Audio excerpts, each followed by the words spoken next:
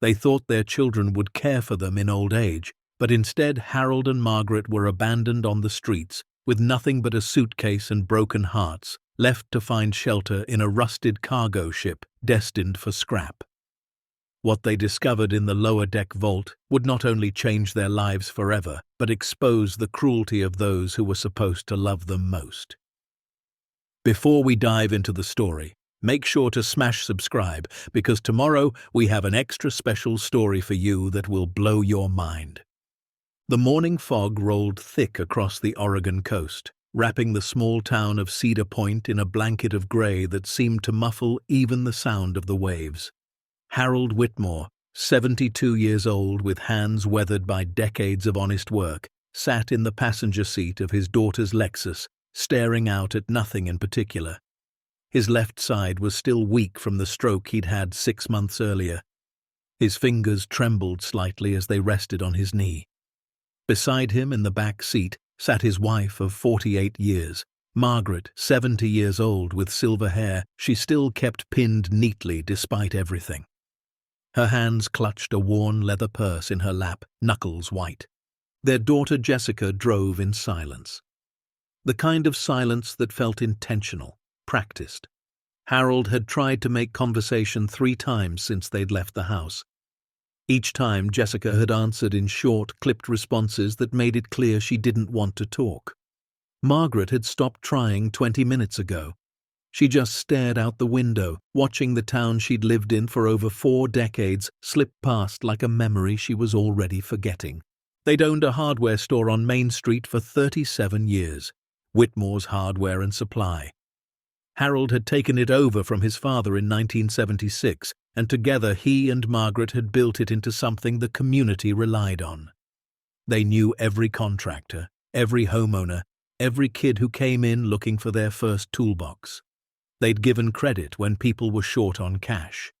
They'd stayed open late when someone had an emergency. They'd been the kind of people who showed up to every town meeting, every fundraiser, every funeral, and they'd raised 3 children in the apartment above the store.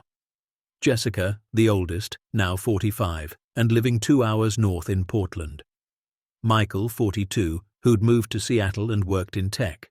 And Claire, 38, who'd settled in California and barely called anymore. All 3 had gone to college.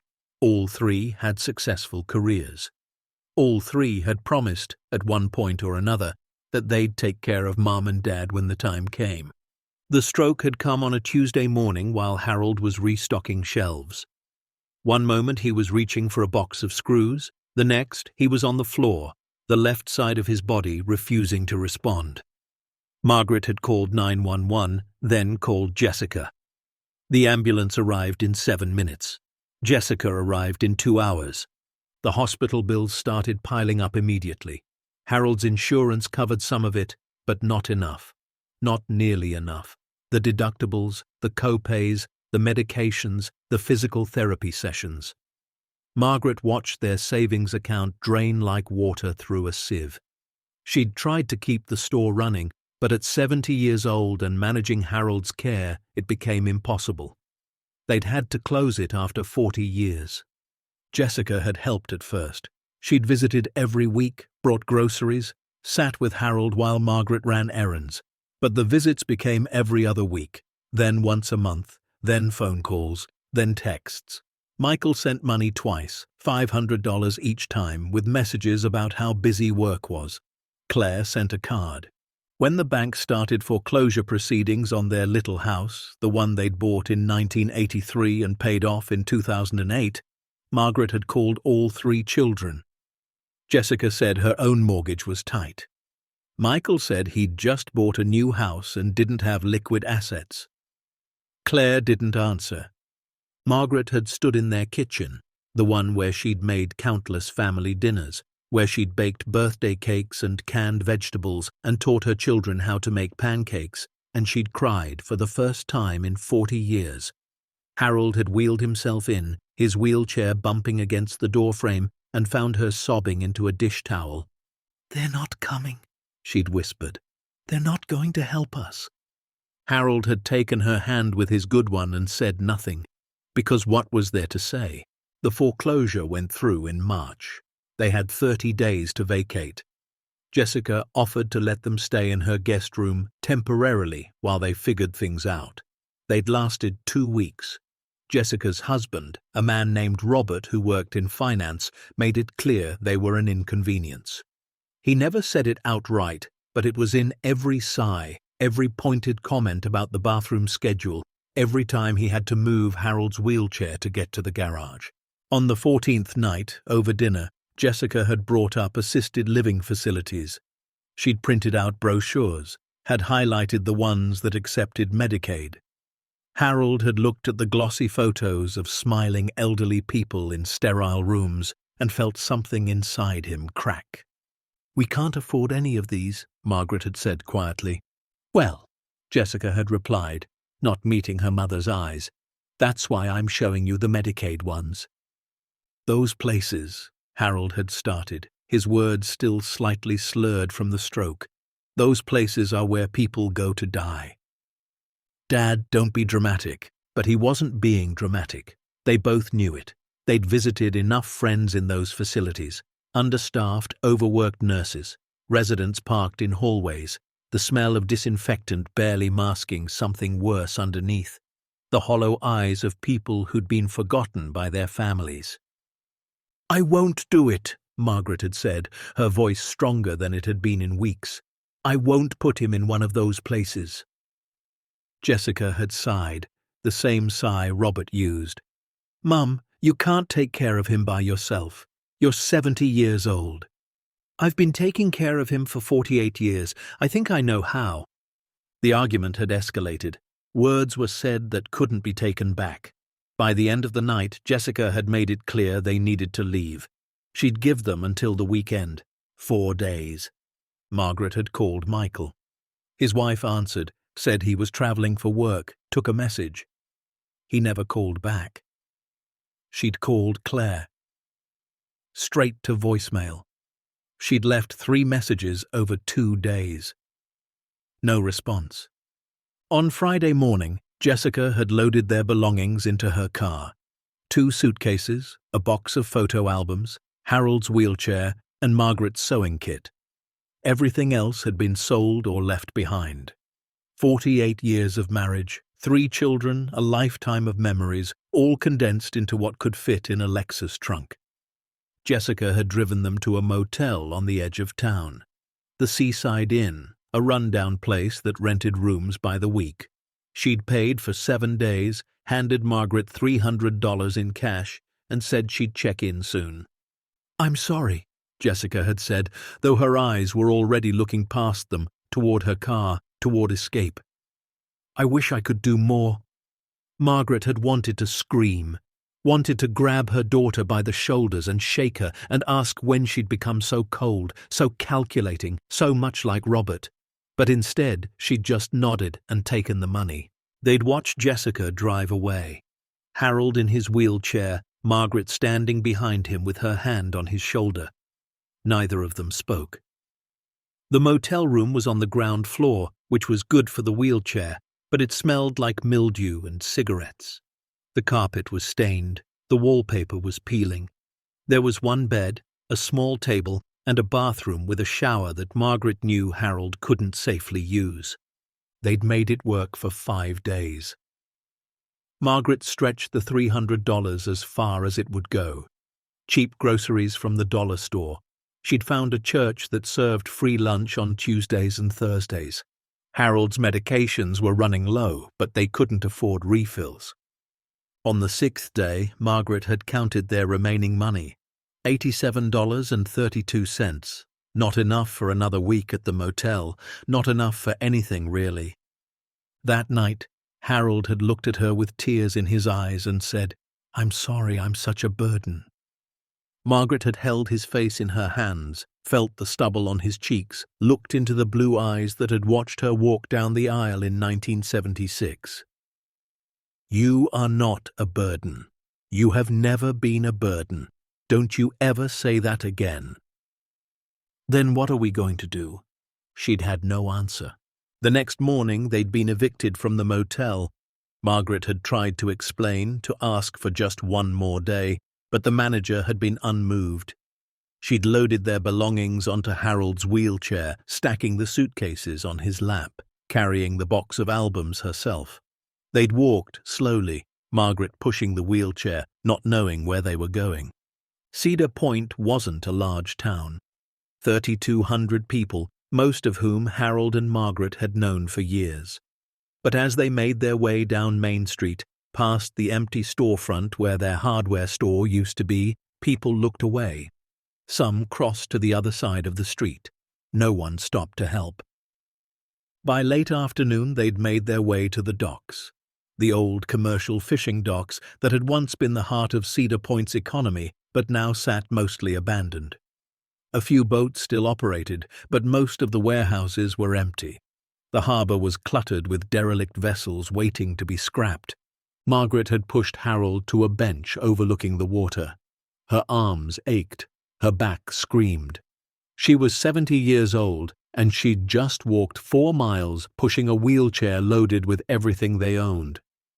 "We can rest here," she'd said, though she had no idea what came after rest. Harold had looked out at the water, at the ships rusting in the harbour, and something in his expression had shifted. "That one," he'd said, pointing with his good hand. Margaret had followed his gaze to a massive cargo ship, maybe 400 feet long, listing slightly to one side. Its hull was streaked with rust. Its name, barely visible on the bow, read Neptune's Promise. "What about it?" "It's a Liberty-class cargo ship. 1940s, maybe early 50s. I served on one like it in the Navy." Margaret had almost forgotten. Harold had served 4 years in the Navy before they'd met. He never talked about it much, but she knew he'd been proud of his service. "Harold, that ship looks like it's about to sink." "No," he'd said, studying it with the careful eye of someone who knew vessels. "She's listing because she's not loaded. But the hull looks intact. See how she's sitting? She's just old, probably scheduled for scrap." A man had approached them then, late 50s, weathered face, wearing a security uniform. "You folks lost?" Margaret had tensed, ready to be told to move along, but the man's expression had been kind, concerned. "Just resting," she'd said. The man had looked at Harold in his wheelchair, at the suitcases piled on his lap, at Margaret's exhausted face, and understanding had dawned. "You got somewhere to go tonight?" Margaret's throat had tightened. She'd shaken her head.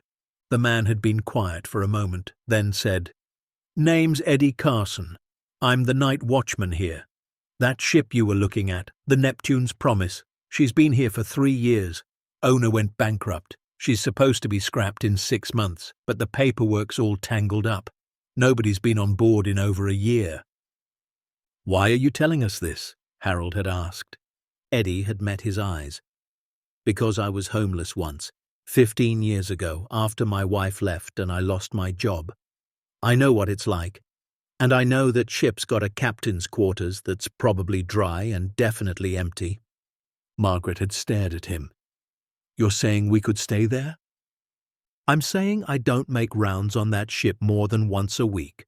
And I'm saying if someone happened to be there, keeping it secure, I might consider that helpful." He'd paused. "I can't promise it's safe or comfortable, but it's shelter." Harold had looked at Margaret. Margaret had looked back at her husband. They'd been married 48 years. They could communicate entire conversations with a glance. "Show us," Margaret had said. Eddie had helped them onto the ship via a gangway that had seen better days. Margaret had pushed Harold's wheelchair up the ramp, Eddie steadying them from behind. The deck was covered in bird droppings and debris, but it was solid. Eddie had led them through a series of corridors, down one deck to a door marked Captain's Quarters. Inside, the room was better than Margaret had dared hope.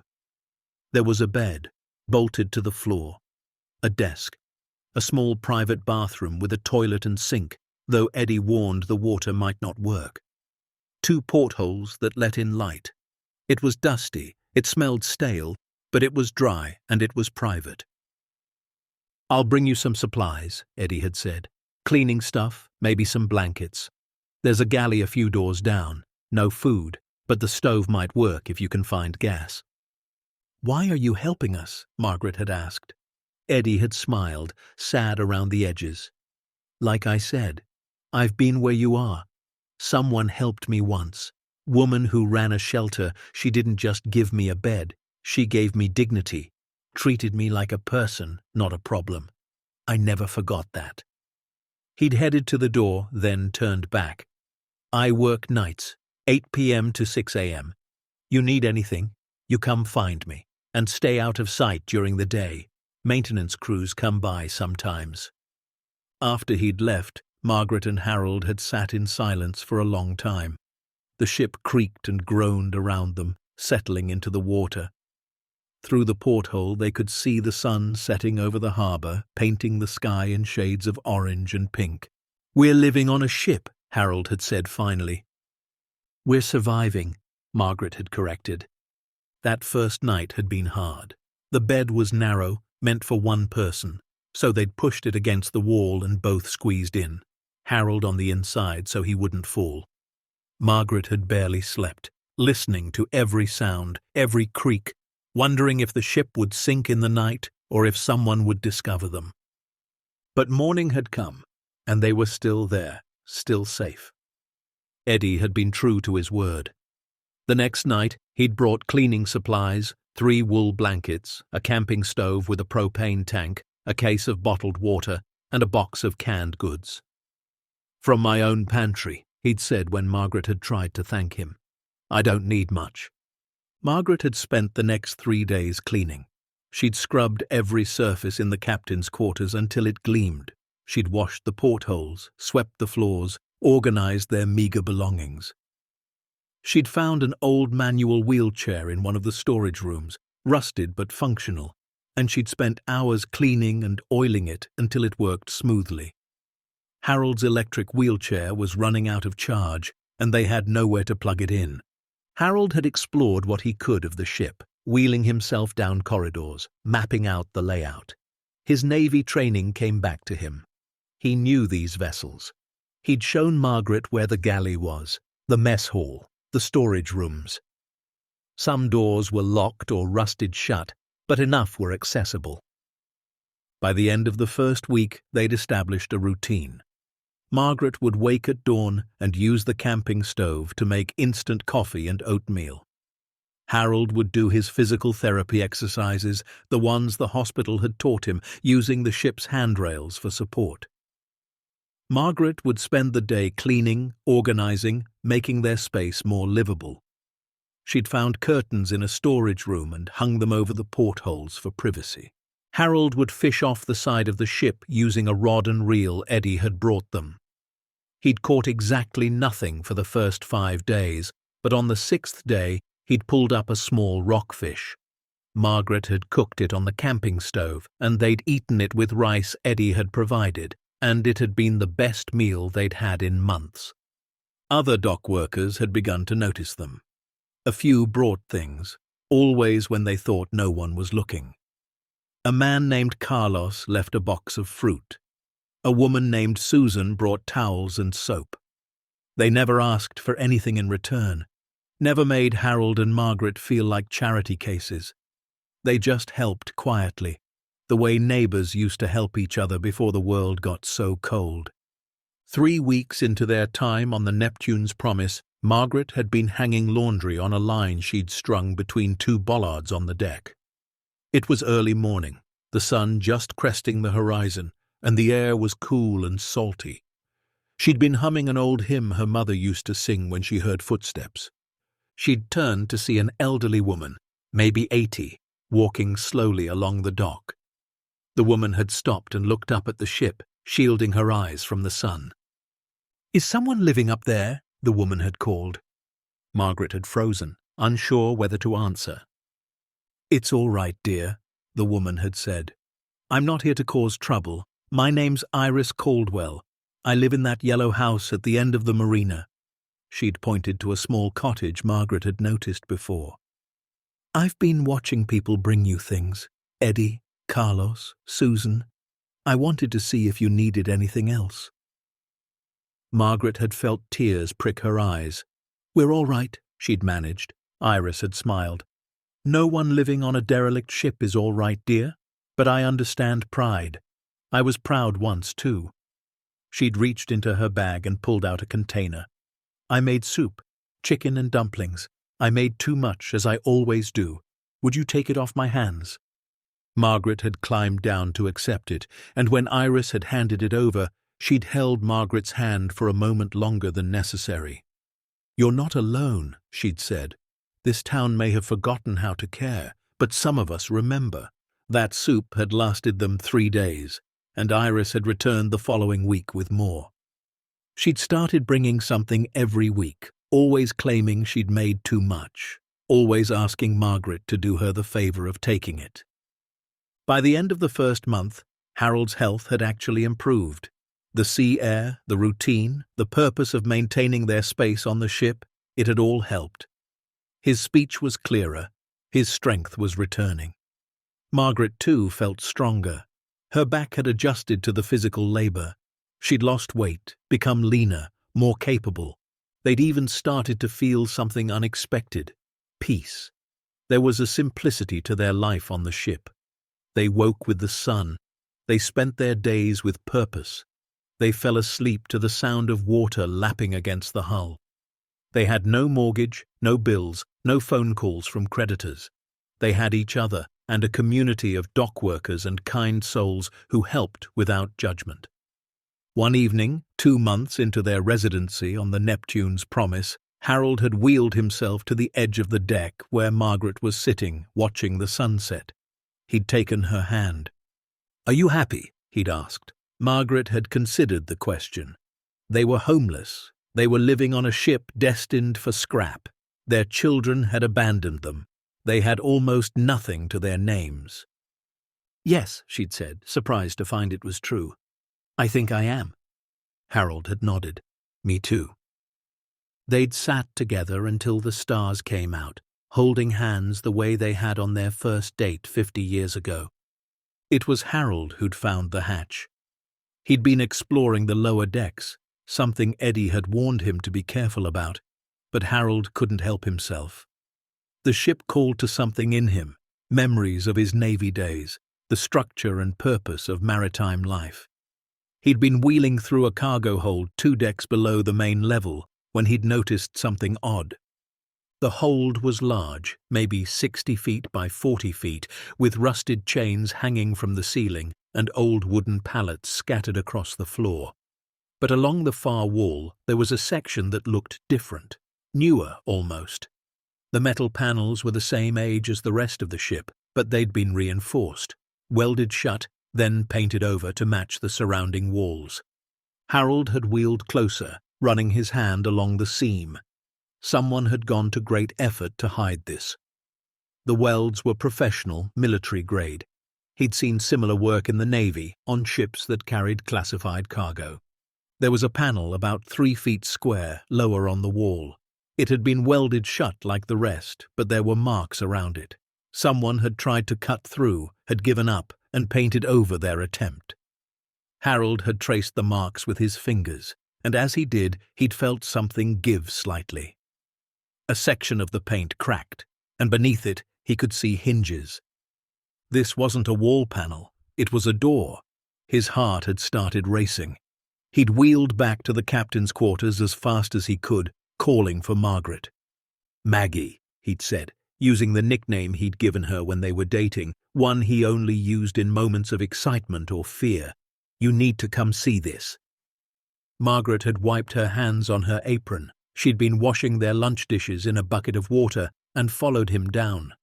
The journey had taken 15 minutes. The corridors were narrow, the ramps steep, but they'd managed.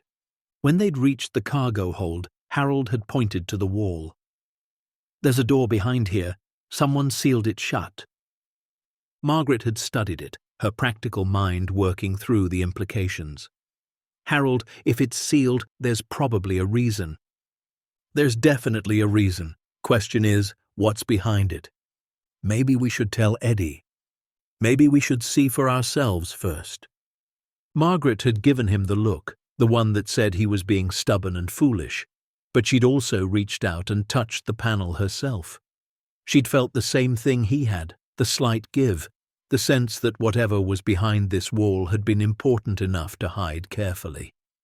"How would we even open it?" she'd asked. Harold had smiled, his eyes bright with the kind of excitement Margaret hadn't seen in months. "There are tools in the maintenance room, cutting torch, crowbars, plenty of options." "Harold James Whitmore, you are 72 years old and recovering from a stroke. You are not operating a cutting torch." "Then you do it." Margaret had laughed despite herself. "I've never used a cutting torch in my life." "I'll teach you. I used them all the time in the Navy." They'd argued about it for 20 minutes, right there in the cargo hold, their voices echoing off the metal walls. But eventually, Margaret's curiosity had won out over her caution. They'd found the tools Harold remembered. He'd taught her how to use the cutting torch safely, and over the next 3 days, working in secret when Eddie wasn't around, they'd carefully cut through the welds. The door had finally given way on a Thursday afternoon. Margaret had pried it open with a crowbar, muscles straining, and it had swung inward with a groan of metal that echoed through the hold. Behind it was a ladder descending into darkness. Harold and Margaret had stood at the edge, flashlights in hand, staring down into the black. They could see the bottom maybe 12 feet down, a concrete floor. "I'll go," Margaret had said. "Your knees can't handle that ladder." "Your arm can't grip those rungs safely." They'd stared at each other, both stubborn, both scared, both desperately curious. "Together," Harold had said finally. "I'll go first, you guide me from above. If I fall, at least you can go get help." Margaret had wanted to argue, but she'd seen the determination in his eyes. This was the most alive he'd looked since the stroke. So she'd nodded, and Harold had lowered himself out of the wheelchair, gripping the ladder with his good hand. Margaret had held the flashlight, calling out which rungs were safe, which ones looked rusted. It had taken 10 agonizing minutes, but Harold had made it to the bottom. Then Margaret had descended, faster, her body still capable despite her 70 years. At the bottom, they'd found themselves in a corridor. Short, maybe 20 feet long, ending in a massive steel door. The kind of door you'd find on a bank vault, with a wheel lock mechanism and reinforced edges. Harold had wheeled himself closer. Margaret had brought his chair down the ladder piece by piece and examined the lock. There was a keyhole, but also a combination dial. "This is military grade," he'd said quietly. "I've seen these before. They're meant to withstand explosions, floods, everything." "What would a cargo ship need with something like this?" "That's what we need to find out." They'd tried the wheel. It hadn't budged. The combination lock was impossible without the numbers. But the keyhole, that was interesting. It was old, the kind that might respond to the right technique. Harold had looked up at Margaret. "In the Navy, we had ways of opening stuck locks, some official, some less so." "Harold, are you suggesting we break into a sealed vault on a ship we don't even own?" "I'm suggesting we investigate what's in our temporary home, for safety reasons." Margaret had raised an eyebrow. "Safety reasons? What if it's structural damage or hazardous materials? We need to know." It had been a thin excuse, and they'd both known it. But they'd also both felt the pull of curiosity, the sense that whatever was behind this door had been hidden for a reason, and that reason might just be important. What happens next will turn this night upside down, reveal a truth nobody expected, and remind us why sometimes the quietest voices carry the most power. Stay tuned to see what happens next. If you're enjoying the story, please like, share, and subscribe for more. Harold had returned to the maintenance room and come back with a set of lockpicks. "My dad taught me," he'd said in response to Margaret's stunned expression. "Said every man should know how to get through a locked door in an emergency." It had taken him 45 minutes, his hands shaking with the effort, sweat beading on his forehead, despite the cool air in the vault corridor. But finally, they'd heard a click. The tumbler had given way. Harold had looked at Margaret. Margaret had looked back. Without words, she'd reached out and gripped the wheel lock. Together, they'd turned it. The mechanism had fought them, rusted and old, but slowly, inch by inch, it had moved. When it had turned a full rotation, there was a deep thunk from inside the door. Margaret had pulled, and the vault door had swung open, heavy as sin, revealing darkness beyond. They'd stood at the threshold, flashlights raised, and stepped inside. The beam from Margaret's flashlight cut through the darkness, and what it revealed made her breath catch in her throat. The vault was enormous, at least 40 feet deep and 30 feet wide. The walls were lined with climate control units, still humming softly with power drawn from some hidden source. And stacked throughout the space, organized with military precision, were crates, dozens of them, made of reinforced steel and stamped with faded markings. Harold wheeled himself inside slowly, his good hand trembling as he reached out to touch the nearest crate. The metal was cold, pristine, untouched by the rust that plagued the rest of the ship. Someone had maintained this space, kept it sealed and protected while the vessel above deteriorated. "What is all this?" Margaret whispered, her voice barely audible over the hum of the climate control. Harold ran his flashlight over the markings on the crates. Maritime Insurance Recovery, 1984. Property of Continental Assurance Group. Salvage claim number 77429. "This is recovered cargo," he said, "from a shipping disaster." Margaret moved closer to examine another crate. This one had different markings, smaller, more detailed. Contents: bearer bonds, gold certificates, rare coins, estate valuables. Insured value, classified. Her hand went to her mouth. "Harold, I see it." They moved through the vault like people walking through a dream, examining crate after crate. Each one told the same story: recovered property, insured cargo, salvage from 1984.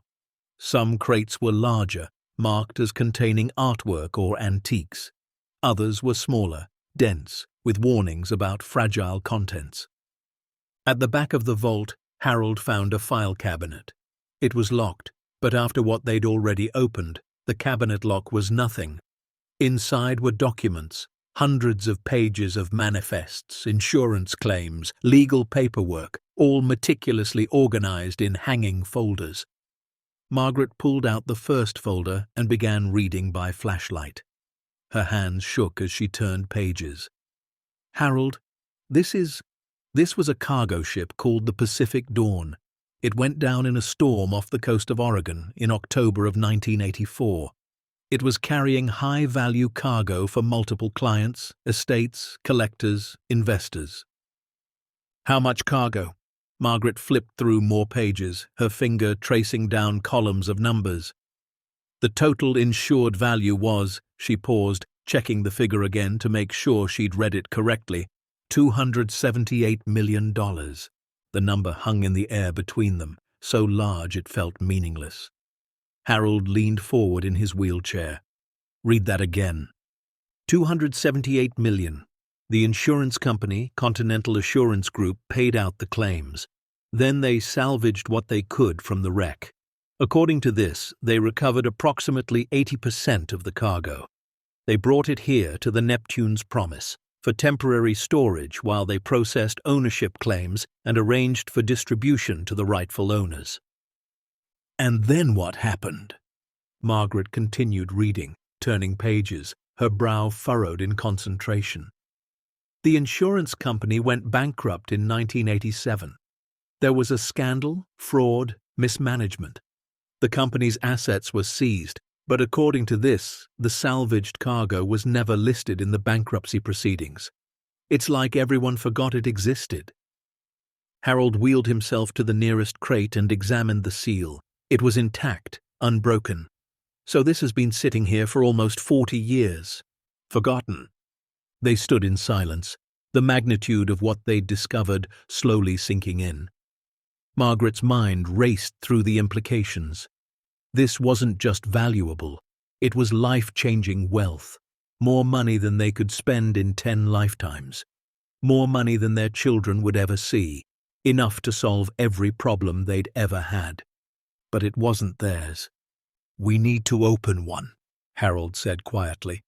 "Harold, we can't just—" "Maggie, we need to know if this is real, if those documents are accurate. We need to see what's actually in these crates." Margaret knew he was right, but something felt wrong about it, like they were crossing a line they couldn't uncross. Still, curiosity won. It always did. She helped Harold select a smaller crate, one marked as containing estate jewelry and rare coins. Together, using tools Harold had brought from the maintenance room, they pried open the seal.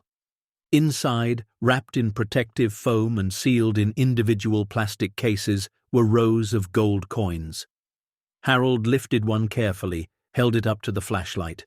It was pristine, gleaming, stamped with a date of 1876, a $20 Liberty gold piece. Margaret opened another case. Inside was a diamond necklace, the stones catching the light and throwing rainbows across the vault walls. It was the most beautiful thing she'd ever seen, delicate and intricate, the kind of piece that belonged in a museum. They opened another case and another. Each one held treasures that Margaret had only ever seen in magazines or behind glass, in stores she'd never dream of entering. Rare coins from every era, jewelry that had belonged to families whose names appeared in history books, gold bars stamped with mint marks from the early 1900s. Harold sat back in his wheelchair, overwhelmed. "It's all real." Margaret carefully placed the necklace back in its case, her hands shaking. "We need to close this back up. We need to think." They sealed the crate as best they could and made their way back to the captain's quarters. Neither spoke during the journey up the ladders and through the corridors. Their minds were too full, spinning with possibilities and questions and fears. That night, Margaret couldn't sleep. She lay beside Harold in the narrow bed, listening to him breathe, and stared at the ceiling. $278 million. The number kept repeating in her mind like a prayer or a curse. They could pay off every debt, buy a house, a real house with heat and running water and a yard, get Harold the best medical care money could buy, live comfortably for the rest of their lives. But it wasn't theirs, was it? The insurance company was gone. The original owners had been paid their claims 40 years ago. The cargo had been sitting in that vault, forgotten, while the ship deteriorated around it. No one was looking for it. No one even knew it existed. If they hadn't found it, it would have gone down with the ship when it was scrapped in 6 months. But that didn't make it theirs. Margaret turned to look at Harold. Even in sleep, his face looked troubled. She knew he was wrestling with the same questions. They'd raised their children to be honest, to do the right thing, to respect other people's property.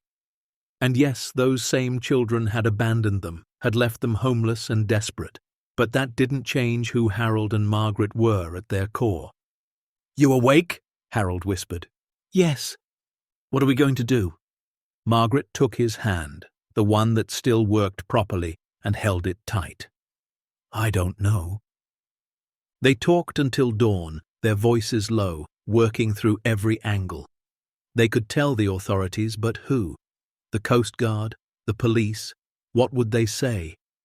"We found a fortune in a vault on an abandoned ship we're living on illegally." They could try to find the original owners, but those people had been paid their insurance claims decades ago.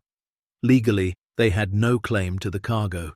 They could walk away, seal the vault back up, pretend they'd never found it. But could they really do that, knowing what was down there? "There has to be a legal way," Margaret said as the sun rose through the porthole. "Some law about salvage, about abandoned property." Harold nodded slowly. "Maritime law. When I was in the Navy, there were rules about salvage rights. If a ship is abandoned and you recover cargo, you have a legal claim." "But is this ship abandoned?" "It's scheduled for scrap. The owner is bankrupt. No one's been aboard in over a year except us. I'd say that qualifies." Margaret sat up. energized by the possibility of a solution that didn't involve lying or stealing. We need to research this. We need to know what our rights are. And we need to tell Eddie. Margaret's stomach clenched. Why? Because he's been helping us. Because he was a lawyer before he told us that. And because if we're going to do this right, we need someone we can trust. Margaret knew Harold was right, but the thought of telling anyone made her nervous. Once the secret was out, it was out. There was no taking it back. Still, Eddie had shown them nothing but kindness. If anyone deserved to know, it was him. They found Eddie that evening during his rounds.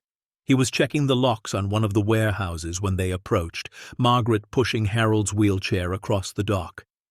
"Evening, folks," Eddie said with a warm smile. "How are you settling in?"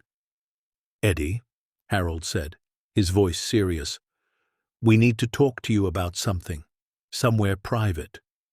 Eddie's smile faded. He looked at their faces, saw the tension there, and nodded. "My office. Follow me." His office was a small shed near the main gate, barely big enough for a desk, a filing cabinet, and 2 folding chairs. Eddie cleared space for Harold's wheelchair and sat down behind his desk. "What's going on? Are you in trouble?" "We found something," Margaret said, "on the ship, something that was hidden." She told him everything. About the sealed wall, the vault door, the crates of recovered cargo. Harold added details about the maritime insurance recovery, the bankruptcy, the dates. Eddie listened without interrupting, his expression growing more serious with each revelation. When they finished, Eddie sat back in his chair and let out a long breath. $278 million. "According to the documents," Margaret confirmed, "and you haven't touched anything except that one crate you opened, just to verify it was real." Eddie was quiet for a long moment, his fingers drumming on the desk. Finally, he spoke. "I need to tell you something. I told you I was a lawyer, that I got disbarred. What I didn't tell you was why." He paused, choosing his words carefully. "I was a public defender. Spent 15 years representing people who couldn't afford proper counsel. I was good at it. Won cases I had no business winning. But I also bent some rules. Evidence that maybe wasn't obtained perfectly legally. Witnesses who maybe were coached a little more than they should have been. I did it because my clients were poor, desperate, and the system was rigged against them." "What happened?" Harold asked. "I got caught. A prosecutor filed a complaint, the bar investigated, and they disbarred me, said I'd violated ethical standards. They weren't wrong." He looked at them directly. "I'm telling you this because you need to know who you're talking to. I'm not a practicing attorney anymore. I can't represent you, but I still know the law, and I can tell you what your options are." Margaret felt a wave of relief. "Please." Eddie pulled a legal pad from his drawer and started writing notes. "First, maritime salvage law. If a vessel is abandoned and you recover cargo from it, you can file a salvage claim. The key word is abandoned. You'd have to prove that the ship's owner had relinquished all rights to it and its contents." "The owner is bankrupt," Harold said. "The ship is scheduled for scrap." "That helps. Second, the cargo itself. It was recovered from another ship, the Pacific Dawn, by an insurance company that paid out claims and then went bankrupt. The original owners were compensated. The insurance company that salvaged it no longer exists. Legally, this cargo falls into a grey area. It's abandoned property from a bankrupt entity." "So we could claim it?" Margaret asked. "Potentially. You'd need to file a formal salvage claim with the Admiralty Court. You'd need to prove you found the cargo on an abandoned vessel, that you took steps to secure it, and that no other party has a valid claim. Then the court would decide what percentage you're entitled to." "Percentage?" Harold asked. "Salvage claims are rarely all or nothing. Typically, the salvager gets somewhere between 10 and 90% of the value, depending on the circumstances. given that this cargo was already salvaged once and then abandoned, and given that you'd be saving it from going down with the ship when it's scrapped, I'd say you'd have a strong case for a high percentage." Margaret's mind reeled. Even 10% of 278 million was more money than she could comprehend. "What do we need to do?" Eddie tore off the page of notes and handed it to her. "First, you need to document everything. Photos of the vault, the crates, the documents, detailed inventory, chain of custody records showing you found it and secured it. Second, you need a maritime lawyer, a real one who's currently licensed. I can give you some names. Third, you need to be prepared for this to become public. Once you file a claim, it's a matter of public record. People will know." Harold and Margaret exchanged glances. Harold spoke first. "Our children. They'll find out." "Yes," Eddie said gently. "They will." Margaret felt her chest tighten. The children who'd abandoned them, who'd left them homeless, who'd treated them like burdens, they'd come running the second they heard about money. The thought made her sick. "There's another option," Eddie said. "You could walk away, seal that vault back up, never tell anyone, live out your days on this ship in peace." "And let it all go down when the ship is scrapped," Harold said. "Yes." Margaret looked at Harold. In the dim light of Eddie's office, she could see every year on his face, every hardship, every disappointment. But she could also see strength, determination. Her husband had served his country, built a business, raised a family, survived a stroke. He wasn't the kind of man who walked away from what was right. "We file the claim," Margaret said, "the legal way." Eddie nodded, not surprised. "I'll help you however I can. I know a maritime attorney in Portland, Patricia Chen. She's sharp, honest, and she doesn't back down from a fight. I'll call her tomorrow." "Eddie," Harold said, "why are you doing this? You barely know us." Eddie smiled, sad and knowing. "Because 15 years ago, when I was sleeping in my car and eating from dumpsters, a woman named Ruth, who ran a homeless shelter, took me in. She didn't just give me a bed. She helped me get back on my feet, helped me find work, treated me with dignity when the world treated me like trash. She saved my life, and when I asked her why, she said because someone did the same for her once. That's how it works. Kindness isn't a transaction, it's a legacy." Margaret felt tears spill down her cheeks. "Thank you." "Don't thank me yet," Eddie said. "This is going to get complicated, but I'll be here for all of it." Over the next week, they worked methodically. Margaret photographed every inch of the vault, every crate, every document. Harold created detailed spreadsheets on an old laptop Eddie had loaned them, cataloguing each item according to the manifest. Eddie reached out to Patricia Chen, and she agreed to meet with them. The meeting took place at a coffee shop in Portland. Patricia was in her early 50s with sharp eyes and an air of competence that immediately put Margaret at ease. They spent 3 hours going over everything. Patricia took notes, asked pointed questions, and examined every document they'd brought. Finally, she sat back and looked at them. "I'm going to be honest with you. This is the most unusual case I've seen in 25 years of maritime law. But you have a legitimate claim. The ship is abandoned, the cargo is from a defunct insurance company, and you're the ones who discovered and secured it. The challenge will be proving that no other parties have a valid claim." "What other parties?" Harold asked. "The current owner of the Neptune's Promise, even though they're bankrupt, the salvage company that's supposed to scrap the ship. Potentially the federal government, since this involves interstate commerce and insurance fraud from the 1980s. And," she paused, "your family." Margaret's stomach dropped. "Our family has no claim to this." "Legally, no. But if they contest your competency, argue that you're not capable of managing such a significant find, they could cause problems. I need you to be prepared for that." Harold reached over and took Margaret's hand. "We're prepared." Patricia nodded. "Then let's file. I'll need a retainer of $5,000. Margaret's face went pale. They had $87 to their name. Patricia must have seen her expression because she held up a hand. "I'm not asking for it now. I'll take it out of the settlement when we win. This case is too important not to fight." They filed the salvage claim on a Tuesday in late September. Patricia submitted a 60-page brief to the Admiralty Court, along with hundreds of pages of supporting documentation. Within hours, it became a matter of public record. By Wednesday morning, the phone calls started.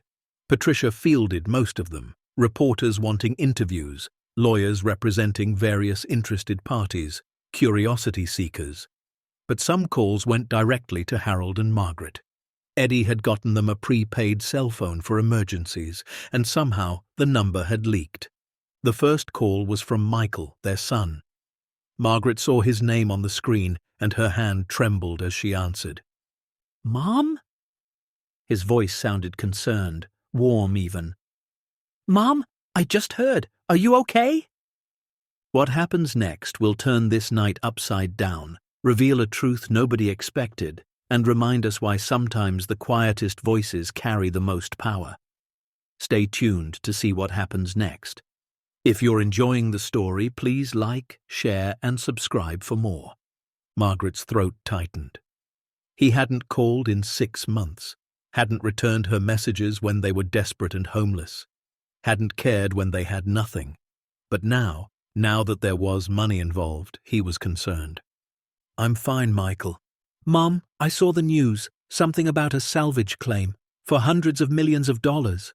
That can't be real." "It's real." There was a pause. She could almost hear him calculating. "Mom, where are you living? Jessica said you left her place months ago. We've been worried sick." The lie was so blatant, so insulting that Margaret almost laughed. "We're managing. Look, I think you and Dad should come stay with me, in Seattle. You shouldn't be dealing with this alone. You need family support." "Family support," Margaret repeated, her voice hollow. "Where was that family support when we were evicted from the motel, Michael? Where was it when your father was recovering from a stroke and we had nowhere to go?"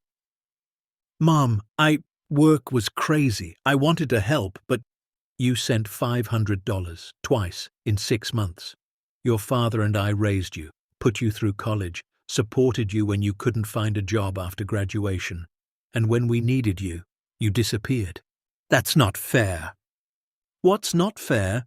Margaret's voice rose, months of hurt and anger finally breaking through. "Is that you only care now that there's money involved.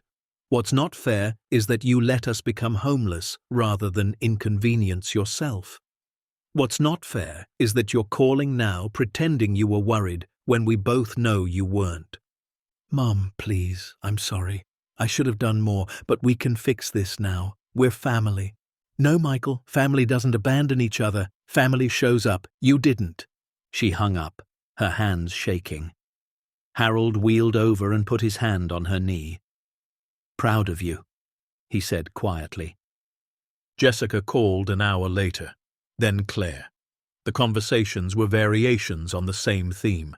Sudden concern, offers of help, suggestions that Harold and Margaret come stay with them while things got sorted out. Margaret refused all of them. She was done being manipulated. But the calls didn't stop. The children called Patricia, demanding to know what was happening. They called Eddie, trying to find out where Harold and Margaret were staying. They showed up at the docks, but Eddie turned them away. "Security matter," he told them. "No unauthorized personnel." The local news picked up the story within days. Elderly couple discovers fortune on abandoned ship. The reporter had somehow gotten a photo of Harold and Margaret from years ago, from when they still owned the hardware store. They looked happy in the picture, prosperous even. The contrast with their current situation only made the story more compelling. People in Cedar Point started recognizing them. Some offered congratulations. Others looked at them with envy or suspicion. The kindness of strangers who'd helped them when they were homeless began to feel different, tainted by the knowledge of what they'd found. Iris Caldwell stopped by one evening, her arms full of groceries as usual. Margaret tried to refuse them, embarrassed now that people knew about the vault, but Iris had shaken her head. "Do you have money in your pocket right now?" Iris had asked. "Well, no, but then you still need help, and I still have too much soup." She'd handed over the groceries and squeezed Margaret's hand. "Don't let that fortune change who you are. You're the same people you were last week, same people who needed help and accepted it with grace. That's worth more than gold." Margaret had hugged her, crying into the old woman's shoulder. 2 weeks after filing the claim, Patricia called with news. The shipping company that owns the Neptune's Promise is contesting the salvage claim. They're arguing that the cargo belongs to them as the ship's owner. "But they're bankrupt," Harold said. They had Patricia on speakerphone in the captain's quarters. "Yes, but not fully liquidated. They're in Chapter 11 reorganization. Their lawyers are arguing that the cargo is an asset that should be included in the bankruptcy proceedings." "Can they win?" Margaret asked. "Maybe. It depends on whether the court views the cargo as ship's property or as separate abandoned property. We have a hearing in 3 weeks. The next blow came from an unexpected source. The federal government filed a claim, arguing that since the original insurance company had been involved in fraud, and since the cargo had never been properly distributed, it should be seized as evidence in a reopened investigation. An investigation that ended 30 years ago, Patricia had said, her voice tight with frustration. But they're within their rights to argue it. Then Harold and Margaret's children filed a motion, not for the cargo itself, but for guardianship. They argued that Harold, given his stroke, and Margaret, given her age, were not competent to handle a discovery of this magnitude. They wanted the court to appoint them as conservators. Margaret had read the filing with shaking hands. Her own children, the ones she'd raised and loved and sacrificed for, were trying to declare her incompetent. The betrayal cut deeper than anything else. "They won't win," Patricia assured her. "You're both clearly competent. You filed the claim properly. You've managed your affairs. You're working with legal counsel. This is just a pressure tactic." But it hurt nonetheless. The stress began to take its toll. Harold's blood pressure spiked. His doctor, provided pro bono by a physician who'd read their story, warned him about another stroke. Margaret lost weight, couldn't sleep, spent hours staring at the vault documents, wondering if they'd made a terrible mistake. Eddie found her one night sitting on the deck, wrapped in a blanket, crying. "Having second thoughts?" he asked gently. "We were happy," Margaret said, "before we found it. We were homeless and eating donated soup and living on a dying ship, but we were happy. We had peace. Now we have lawyers and reporters and our own children trying to destroy us. Was it worth it?" Eddie sat down beside her. "I can't answer that, but I can tell you this. You didn't create this situation. That cargo was there, hidden, forgotten. You found it. You tried to do the right thing. The fact that other people are showing their true colors, that's on them, not you." "It hurts," Margaret whispered, "knowing my children care more about money than they ever cared about us." "I know, but maybe it's better to know the truth." Margaret wiped her eyes. "Maybe." The preliminary hearing took place on a cold October morning. The courtroom was packed, reporters in the back, lawyers at multiple tables representing different interests. Harold and Margaret sat with Patricia at the plaintiff's table, holding hands. The judge, a woman in her 60s named Helen Morrison, called the court to order. "I've reviewed all the filings. This is certainly the most unusual salvage claim I've encountered.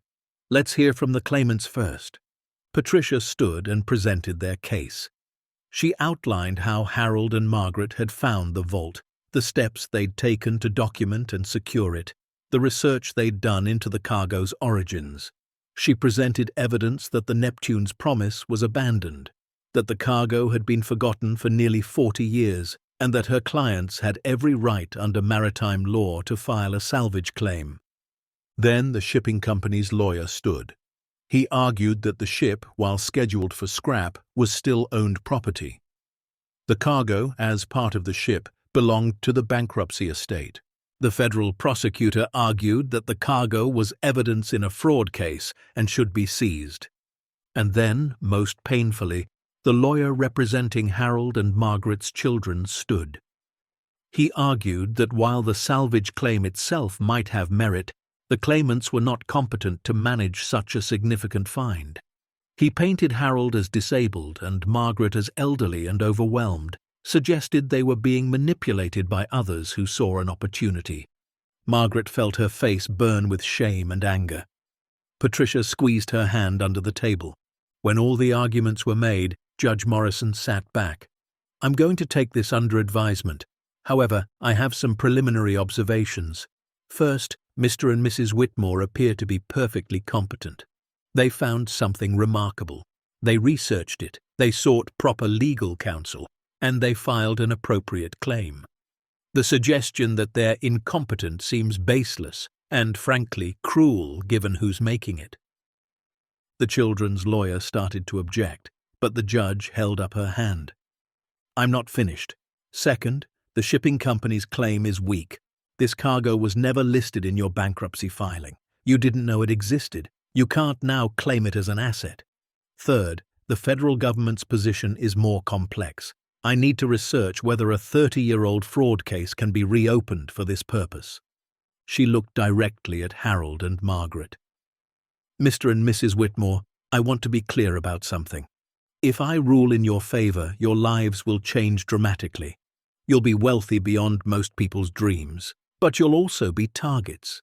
People will want things from you. Your relationships will be complicated by money. Are you prepared for that?" Harold spoke, his voice steady despite his nerves. "Your Honor, our children abandoned us when we had nothing. We became homeless, lived on that ship because we had nowhere else to go. We found that cargo by accident and we tried to do the right thing. Whatever happens, we're prepared. We've already lost what mattered most." The courtroom was silent. Even the reporters had stopped typing. Judge Morrison nodded slowly. "I'll have a decision within 2 weeks. Court adjourned."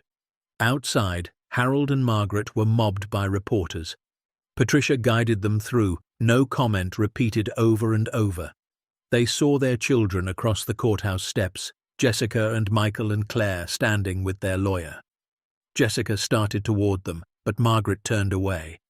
Back on the ship that night, Harold and Margaret lay in their narrow bed, exhausted. "Do you think we'll win?" Margaret asked. "I don't know, but I'm proud of us for trying." Margaret thought about the judge's words, about how their lives would change.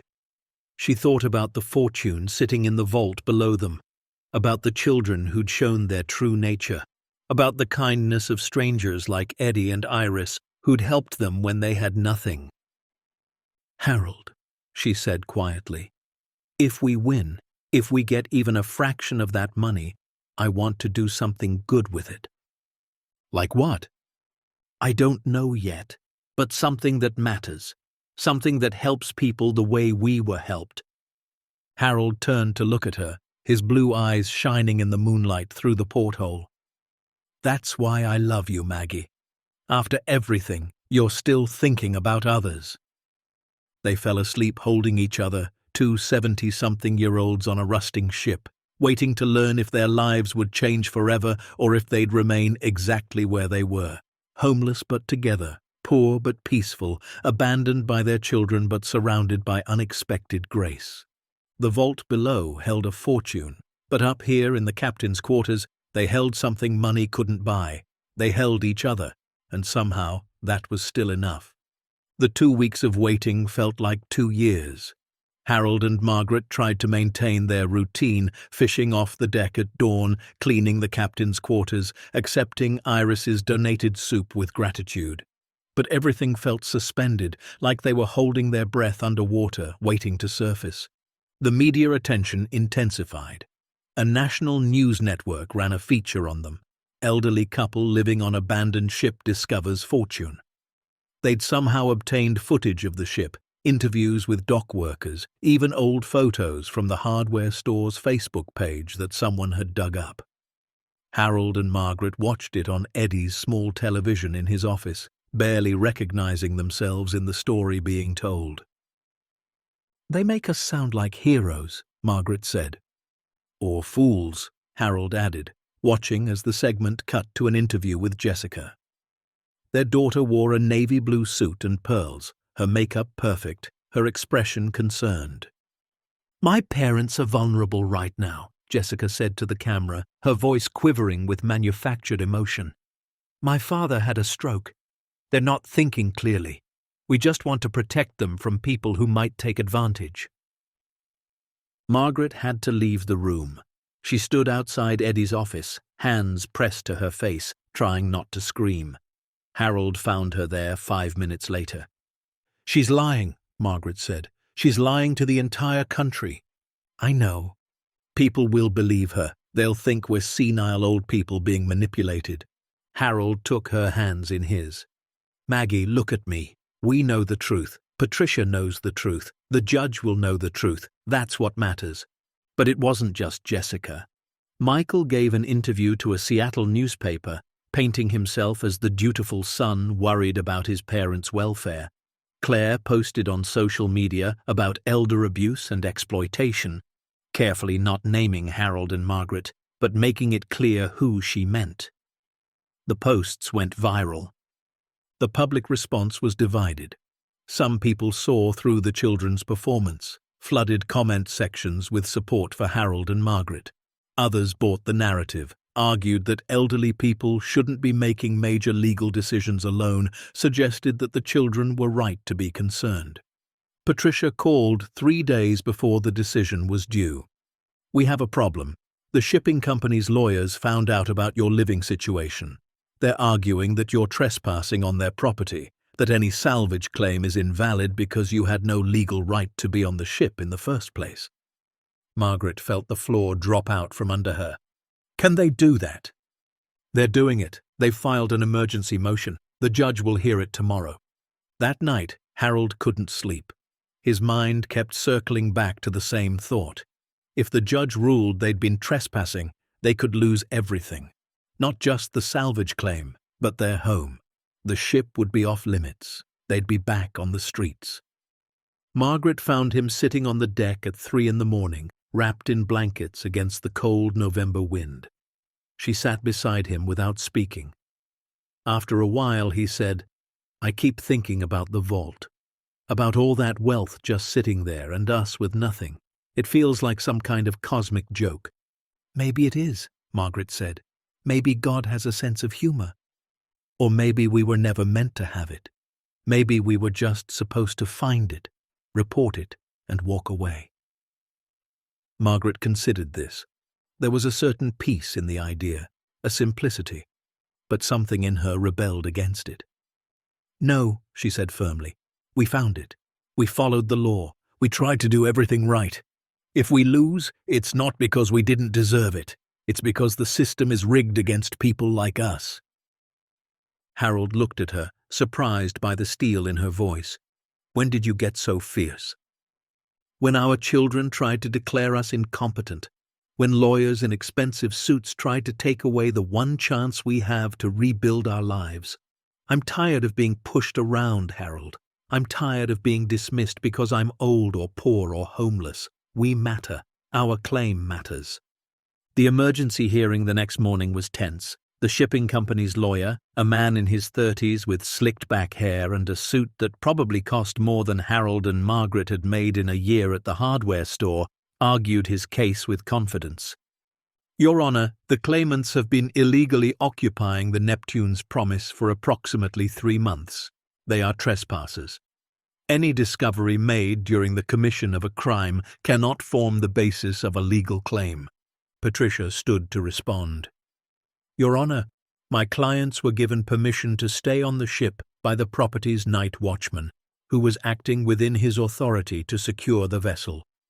They have been maintaining and protecting the ship, preventing vandalism and theft. Far from being trespassers, they've been unpaid caretakers." The judge turned to Eddie, who'd been called as a witness. "Mr. Carson, did you give Mr. and Mrs. Whitmore permission to stay on the ship?" Eddie stood, looking uncomfortable in a borrowed sport coat. "Yes, Your Honor. The ship was abandoned, scheduled for scrap. My job is to prevent unauthorized access and protect the property. When I found Mr. and Mrs. Whitmore homeless, I determined that allowing them to stay in the captain's quarters would actually improve security. They've reported damage, prevented break-ins, kept the vessel secure." "Did you have authority to make that decision?" "My contract gives me discretion in security matters. I judge this to be a security enhancement." The shipping company's lawyer jumped in. "He's a night watchman, not a property manager. He had no authority to allow people to live there." Judge Morrison held up her hand. "I'll take this under advisement along with the primary salvage claim. Anything else?" Patricia hesitated, then said, "Your Honor, I'd like to address the competency motion filed by the claimant's children." "Proceed.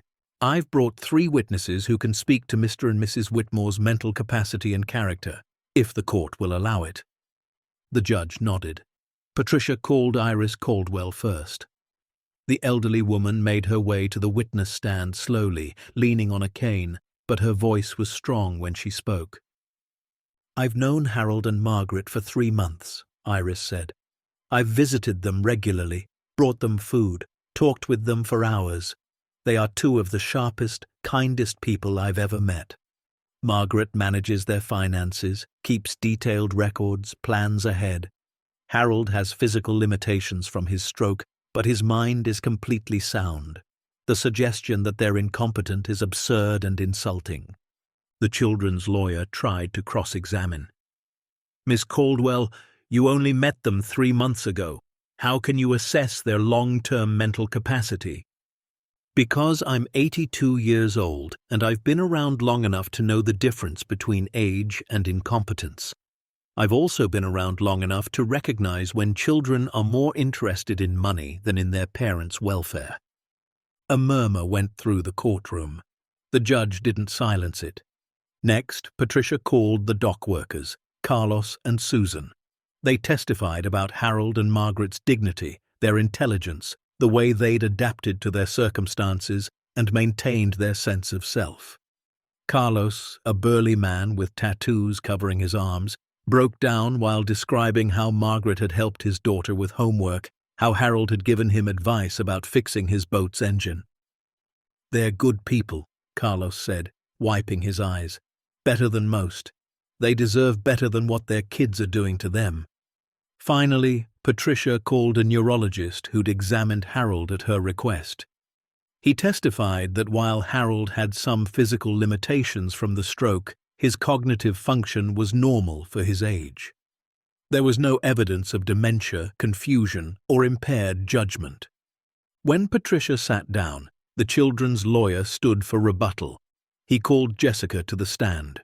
Margaret watched her oldest daughter walk to the witness box, watched her place her hand on the Bible and swear to tell the truth. Jessica wouldn't look at her parents. "Miss Pierce," the lawyer began, "when did you last have a meaningful conversation with your parents?" "Before my father's stroke. We used to be very close." "And after the stroke?" "They changed, became distant. My mother especially became defensive, wouldn't accept help." "Did you offer help?" "Multiple times. We offered them a place to stay, financial assistance, everything. But my mother refused." Margaret felt Harold's hand tighten on hers. The lies were so smooth, so practiced. Patricia stood for cross-examination.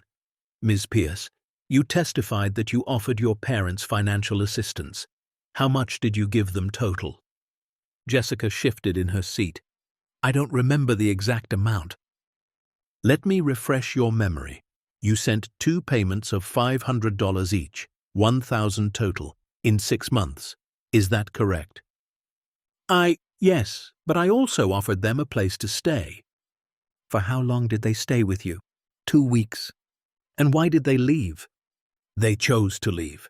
Patricia walked closer to the witness stand. "Ms. Pierce, did you or your husband make them feel unwelcome?" No, we discussed long-term care options. You discussed putting them in a Medicaid facility, didn't you? We discussed options, yes. Against their wishes. They weren't being realistic about their situation. Patricia picked up a document. I have phone records showing that your mother called you 17 times in the month after they left your home. You returned 3 of those calls. Is that being close to your parents? Jessica's face flushed. I was busy with work and family. Too busy to help your homeless parents? Objection, the children's lawyer stood. Argumentative. Sustained, the judge said, but her tone suggested the point had been made. Patricia continued. Miss Pierce, when did you first learn about the salvage claim? I saw it on the news. And how long after that did you contact your parents? Within a day. Within a day. But in the 3 months they were homeless and living on that ship, you didn't contact them once. Isn't that true? Jessica's eyes filled with tears, but they looked calculated, practiced. I didn't know where they were. Your mother left you voicemail messages with the number for a prepaid cell phone. She told you exactly where they were staying. You chose not to call. The tears spilled over. Jessica looked at the judge. I love my parents. I'm just trying to protect them. Patricia's voice turned cold. Protect them or protect your inheritance? Objection. Withdrawn. Patricia returned to her seat. No further questions. The courtroom buzzed with whispered conversations. The judge banged her gavel. We'll take a 15-minute recess. In the hallway, Harold and Margaret sat on a bench, both shaking. Patricia brought them water. You're doing great, she said. The judge sees through them. Will it matter? Margaret asked. I think so. I really do. When court reconvened, the judge had clearly made some decisions. I'm going to address these matters in order. First, the competency motion. I find absolutely no evidence that Mr. and Mrs. Whitmore are incompetent. To the contrary, they've demonstrated sound judgment, appropriate caution, and proper procedure in handling an extraordinary situation. The motion is denied. Margaret felt tears of relief stream down her face. Second, the trespassing claim. While Mr. Carson's authority to grant permission may be questionable, I find that Mr. and Mrs. Whitmore acted in good faith, have maintained and protected the property, and should not be penalized for seeking shelter while homeless. The trespassing argument is rejected. Harold squeezed Margaret's hand so hard it hurt. Third, the primary salvage claim. This is more complex. I'm going to rule from the bench, but my written decision will follow. The cargo in question was salvaged from the Pacific Dawn by Continental Assurance Group in 1984.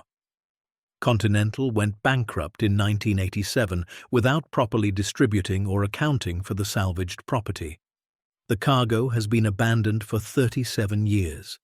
The Neptune's Promise, where it was stored, is itself scheduled for destruction. No party before me has demonstrated a valid ownership claim superior to the salvage claim filed by Mr. and Mrs. Whitmore. Margaret held her breath. However, this is not a finders-keepers situation. Maritime law requires balancing several factors: the value of the property, the effort of the salvagers, the risk involved, and the public interest. After reviewing all evidence and arguments, I rule as follows. 75% of the salvage cargo value will be awarded to Harold and Margaret Whitmore. 25% will go to the federal government to be held in trust for any unforeseen claims that might arise in the next 10 years. If no valid claims emerge, that portion will revert to the claimants. The courtroom erupted. Reporters rushed for the exits. The shipping company's lawyers immediately began arguing for an appeal. Jessica started crying, real tears this time, tears of anger and loss. Judge Morrison banged her gavel repeatedly. Order! I'm not finished. The shipping company's claim is denied in its entirety. The federal government's motion to seize the cargo as evidence is denied, though they will receive the 25% as stated. And to the Whitmore children, let me be clear. You have no claim to this property. None. Your attempt to declare your parents incompetent was baseless and, frankly, shameful. Your parents survived homelessness and abandonment, found something extraordinary, and handled it with more grace and wisdom than you've shown in this courtroom. She looked directly at Harold and Margaret. Mr. and Mrs. Whitmore, based on the manifests and expert appraisal submitted, the cargo is valued at approximately $275 million. Your 75% share is $206,250,000. The Admiralty Court will supervise the liquidation of the cargo to ensure proper valuation and distribution. Congratulations, and I'm sorry you had to go through this to get what you deserved. The gavel came down one final time. Harold and Margaret sat frozen. $206 million. The number was so large it didn't feel real. Patricia was hugging them, saying something about appeals and timelines, but Margaret couldn't hear her over the roaring in her ears. They stood to leave, and that's when they saw their children. Jessica, Michael, and Claire stood in a cluster near the back of the courtroom. Jessica's face was red and blotchy from crying. Michael looked stunned. Claire looked furious. Jessica started toward them. "Mom, Dad, please, can we talk?" Margaret stopped. Harold stopped beside her. For a long moment, she just looked at her daughter, this woman she'd raised, whose diapers she'd changed, whose nightmares she'd soothed, whose college tuition she'd paid. "You wanted to declare me incompetent," Margaret said quietly. "I was scared for you. I thought people were taking advantage." "No, you were scared you'd lose money you never had any right to. You were scared we'd give it away before you could get your hands on it." "That's not fair." Margaret's voice rose, months of hurt finally breaking free. "You left us homeless, Jessica. You put us out on the street. Your father could barely walk, and you handed us $300 and drove away. Don't you dare talk to me about fair." Jessica reached out, but Margaret stepped back. "Mum, I'm sorry. I should have done more. I was wrong. But we're family. We can fix this." "Family," Harold said, his voice rough with emotion. "Family doesn't abandon each other when things get hard. Family shows up. You didn't." "We were struggling too," Michael said, stepping forward. "We had our own problems." "We all have problems," Margaret said. "But we still find a way to help the people we love. You had jobs, houses, money. We had nothing, and you still couldn't be bothered." Claire spoke for the first time, her voice sharp. "So you're just going to cut us out, after everything you taught us about forgiveness and family?" Margaret felt something break inside her, but it wasn't her resolve. It was the last thread of obligation she'd felt toward these people who shared her DNA but not her values. "I taught you a lot of things," Margaret said. "I taught you kindness, generosity, hard work. But you didn't learn any of it. You learned to be selfish. You learned to think of yourselves first. Maybe that's on me. Maybe I failed as a mother, but I won't fail myself anymore." She took Harold's hand. "If you want a relationship with us, a real one, not one based on money, you can earn it. The same way we earned everything we ever had, through showing up, through sacrifice, through proving you care. Until then, we don't have anything to say to each other."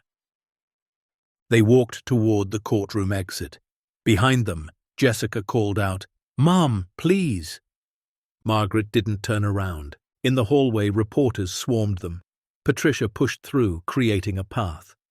"No comment," she repeated over and over. They made it outside where Eddie was waiting with his truck. "I heard," he said, grinning. "You won." "We won," Harold said, still dazed. They drove back to the docks in silence, each lost in their own thoughts. When they arrived at the ship, a small crowd had gathered. Iris was there, Carlos and Susan, other dock workers who'd helped them. They erupted in cheers when Harold and Margaret emerged from the truck. Iris hugged Margaret tightly. "I knew you'd win," she whispered. "I knew it." That night, after everyone had left and the celebrations had died down, Harold and Margaret sat in the captain's quarters. They'd opened one of the bottles of wine someone had brought, though neither of them usually drank. $206 million, Harold said, still trying to make it real. After taxes, Patricia said it'll be around 140 million. Harold laughed. Only 140 million. What will we do? Margaret had been thinking about this since the judge's ruling. First, we find a place to live, a real place with heat and a bathroom that works properly. Nothing fancy, Harold added. Nothing fancy, Margaret agreed.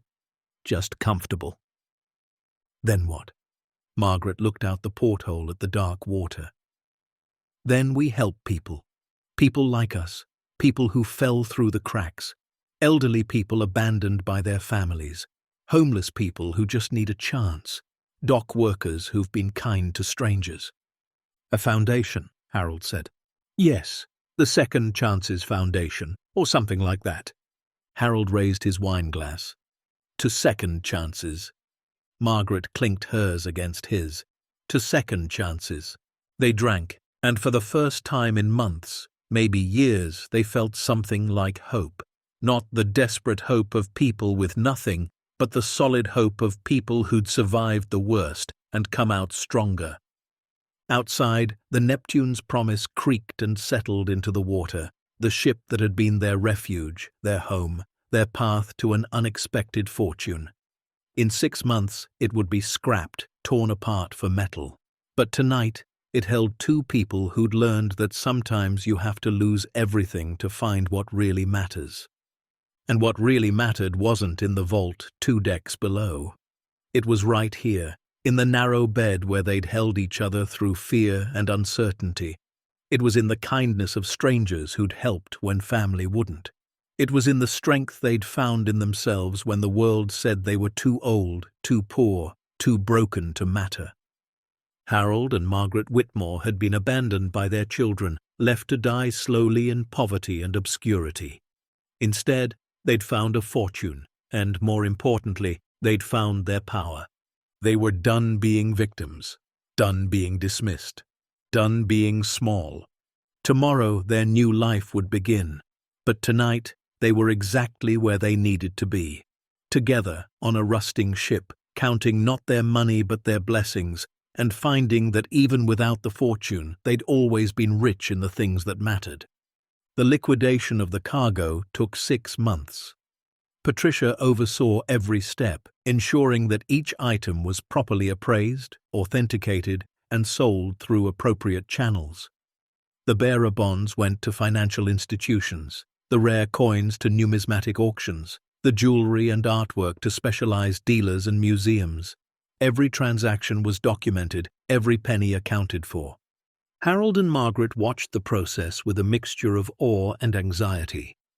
They'd moved off the Neptune's Promise in December, not to a mansion or penthouse, but to a modest 3-bedroom house on the edge of Cedar Point. It had a porch with a swing, a yard big enough for a garden, and most importantly, it was fully accessible for Harold's wheelchair. The house cost $280,000. Patricia had nearly fainted when they'd told her that's what they wanted. "You have over 100 million coming," she'd said. "You could buy anything." "We don't need anything," Margaret had replied. "We need a home." They'd furnished it simply. Comfortable furniture, nothing designer, a good bed that didn't make Harold's back ache, a kitchen where Margaret could cook. They'd splurged on only 2 things: a state-of-the-art physical therapy room for Harold and a library for Margaret, floor-to-ceiling shelves that she slowly filled with books from the local bookstore. The owner of that bookstore, a woman named Diane, had nearly cried when Margaret had come in and bought $3,000 worth of books. "Business has been slow," Diane had admitted. "This might save me." "Then I'll be back next month," Margaret had said. While the cargo sold, Harold and Margaret met with lawyers, accountants, and non-profit consultants. They were building something, and they wanted to build it right. The Second Chances Maritime Trust, they called it. The mission was simple: helping people who'd been abandoned, overlooked, or forgotten. They worked with Patricia to structure it properly. The foundation would have 3 main programs: The first was housing assistance for elderly people facing homelessness. The second was job training and placement for dock workers and others in declining industries.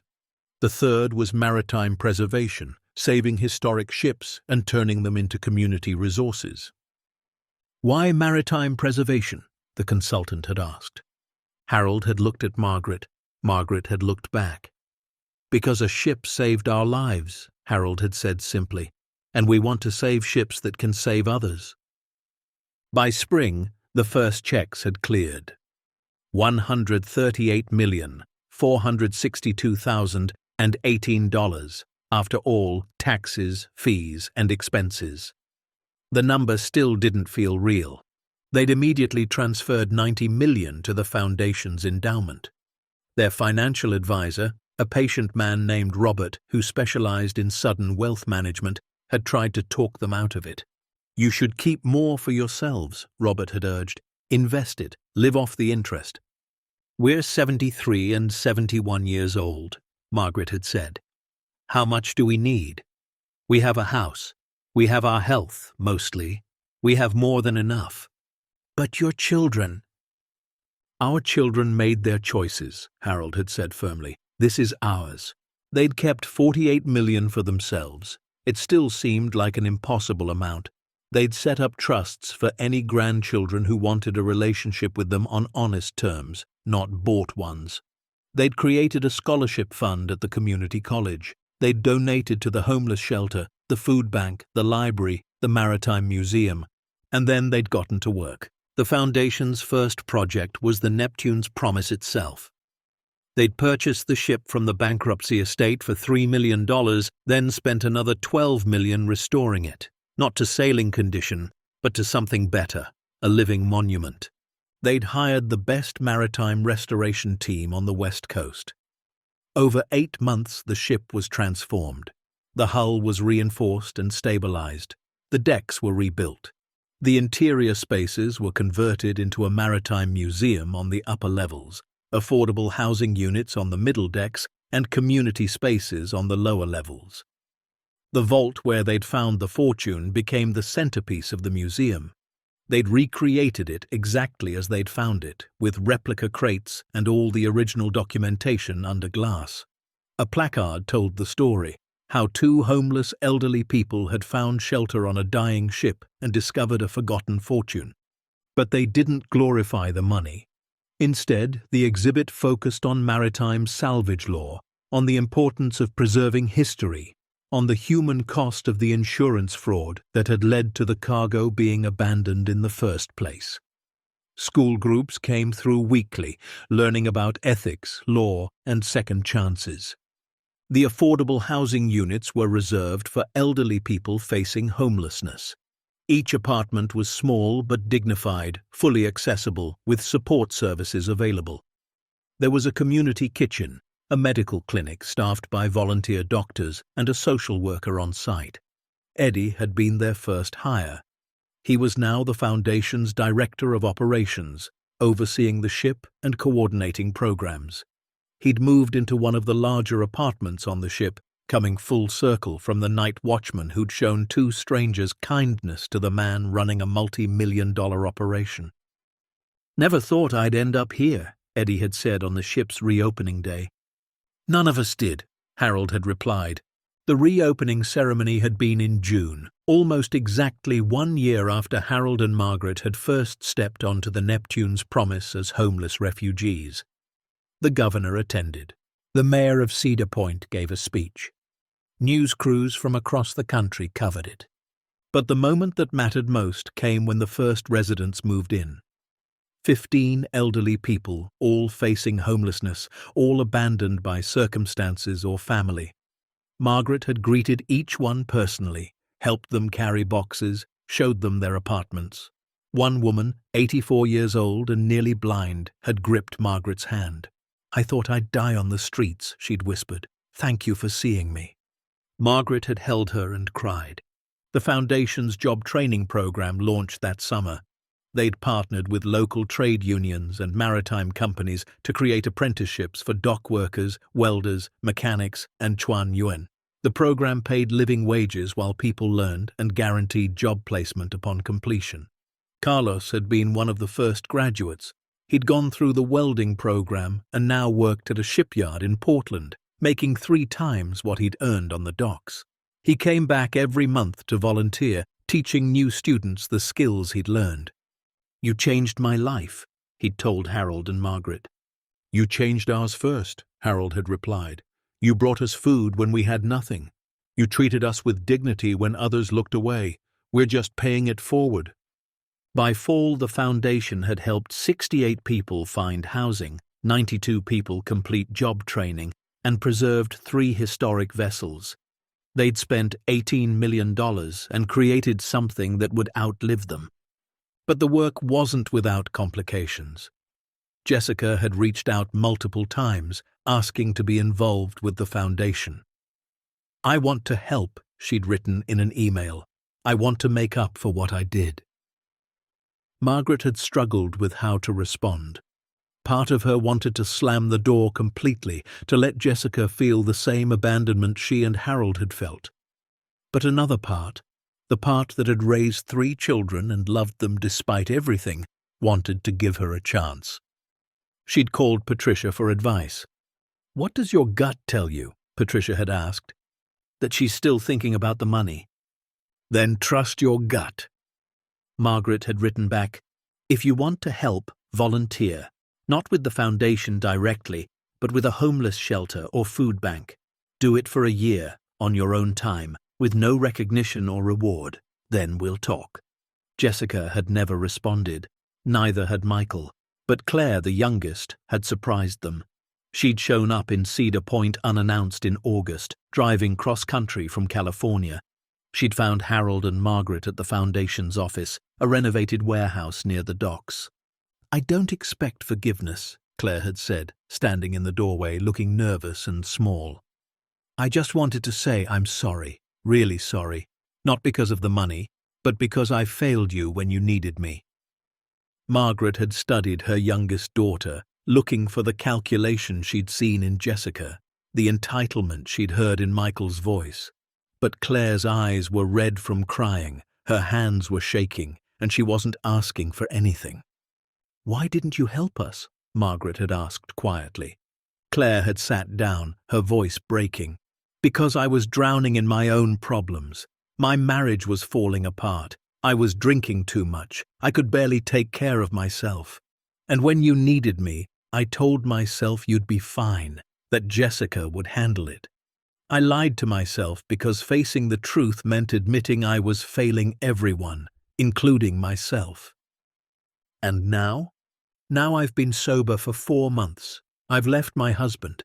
I'm in therapy, and I'm trying to become someone who shows up." She'd looked at them with desperate honesty.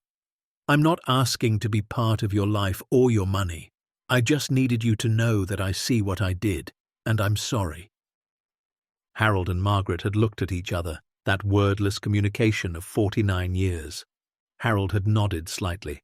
Margaret had turned back to Claire. "You hurt us," Margaret had said, "deeply, and I don't know if I can fully trust you again." "I understand." "But," Margaret had continued, "you're the only one who's been honest, the only one who's taken real responsibility. So here's what we'll do. We're not giving you money. We're not putting you in the will. But if you want to rebuild a relationship, a real one, we're willing to try." Claire had broken down, sobbing. Margaret had gone to her, held her the way she'd held her when she was small and scared. Harold had wheeled over and put his hand on Claire's shoulder. It wasn't forgiveness, not yet, but it was a beginning. Over the following months, Claire had visited twice. She'd volunteered at the foundation, stuffing envelopes and organizing files. She'd had dinner with them, awkward meals where they talked about safe topics and avoided the past. Slowly, carefully, they were building something new. Not what they'd had before, that was gone, but something honest earned through Claire's consistency and their cautious willingness to let her in. The foundation's impact rippled outward. Other cities began asking for advice on creating similar programs. Harold and Margaret traveled to Seattle, San Francisco, and Portland, sharing what they'd learned.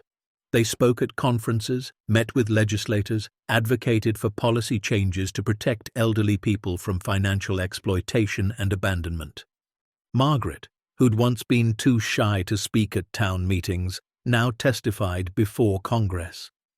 She'd stood in a hearing room in Washington, D.C., facing senators and cameras, and told her story. How she and Harold had been abandoned, how they'd lived on a ship, how kindness from strangers had saved them, how the system had failed them, but they'd refused to fail themselves. "Elder abandonment is a crisis we don't talk about," she'd said, her voice steady despite her nerves. "Families dump their elderly relatives because it's inconvenient to care for them. Nursing homes warehouse them because profit matters more than dignity, and society ignores them because we're uncomfortable with aging and death. But these are people. They built the world we inherited. They deserve better." The video of her testimony went viral. She became the face of elder rights advocacy, invited to speak shows and panels. Harold usually went with her, sitting quietly in his wheelchair, offering support. He wasn't comfortable in the spotlight the way Margaret had become, but he was proud of her. "You've found your calling," he'd said after one particularly powerful speech. "We found it," Margaret had corrected, "together."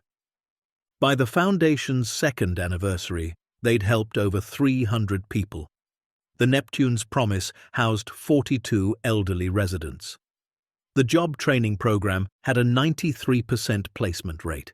They'd preserved 7 historic ships and created a maritime heritage trail along the Oregon coast, and they'd done it without losing themselves. They still lived in their modest house, still drove a sensible sedan that Harold could get his wheelchair into easily, still had dinner with Iris every Sunday, still donated anonymously to people in need, still showed up at the Foundation's office every day to work. The money hadn't changed who they were.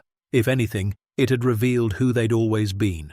People who cared, who showed up, who believed everyone deserved dignity and a second chance. On their 50th wedding anniversary, the Foundation threw them a celebration on the ship. Hundreds of people came, residents they'd housed, workers they'd trained, volunteers they'd inspired. Eddie gave a speech about how 2 homeless people had taught him that kindness wasn't weakness, but strength. Carlos talked about how they'd believed in him when no one else had. Iris, now 84 and frail, stood slowly and said simply, "They saved my faith in humanity." Claire was there, sober for over a year, helping serve food and set up chairs.